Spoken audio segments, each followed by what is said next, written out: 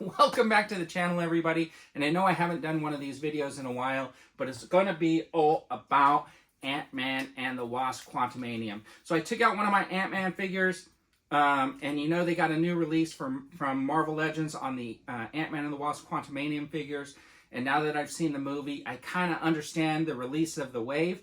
But I'm still saying, if they don't come out with a Michael Douglas and a Michelle Pfeiffer 2-pack or something like that, I think they're missing the boat. There's a few more characters that are in the movie that I think they really need to pop out, and I'm hoping that those announcements come this week or next week so that we know we're getting a full set of figures from that movie.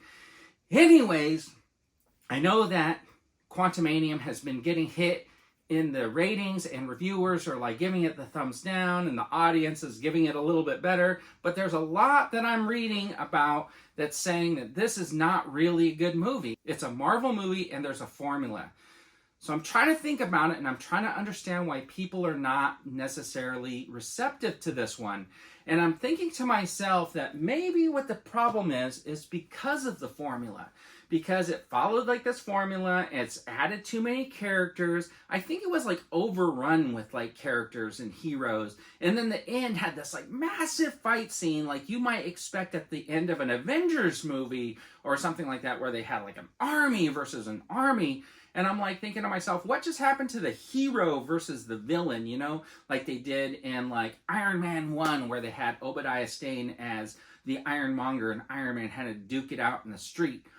And then right out of the Rise of Skywalker, it seemed like at the end, remember at the end of Rise of Skywalker when all hope was lost, and then all of a sudden the fleet comes in, they went and got this ragtag fleet of civilians to come in and help fight. Well, you know what?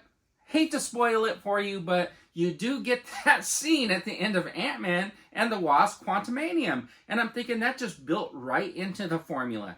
So when I think about it in that perspective, I think yeah, there is some stuff to complain about when you think about it, because why aren't they trying to do something go back to, here's the good guy, here's the bad guy, and then we got to pit them together, and we don't have to worry about this massive show of digital expertise or fortitude or whatever. So it is special effects heavy, so you got to go in expecting that, and everything's not going to look perfect. But I will tell you that overall, the film was enjoyable. It did not feel like 2 hours, and you know what? The characters worked well together. I thought they were all pretty good. I really like the Katie Lane character, but I got to tell you, and this is a spoiler, the show stealer for me was MODOK. And I thought that the way that they did the MODOK character in this movie was perfect. And you know what? Even though some of the effects on it when the helmet was open, I didn't really like, I liked almost everything about it.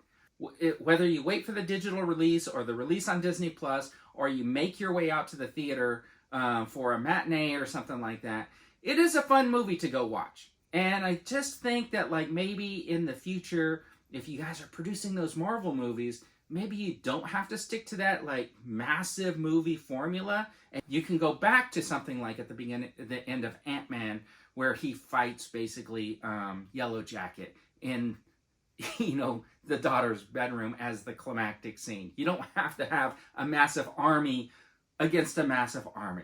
I don't think it's necessary, especially if you're talking about a singular character and you're bringing these people along.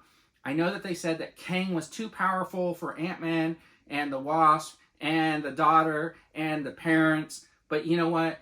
I think it kind of worked. Anyways, we're hoping for some new Marvel Legends from the movie. Hopefully we'll get the Michelle Pfeiffer and the Michael Douglas characters. That would be pretty cool. Anyways, everybody, I really appreciate you stopping by, listening to me ramble on about Ant-Man and the Wasp Quantumania. And don't forget, have a fantastic day.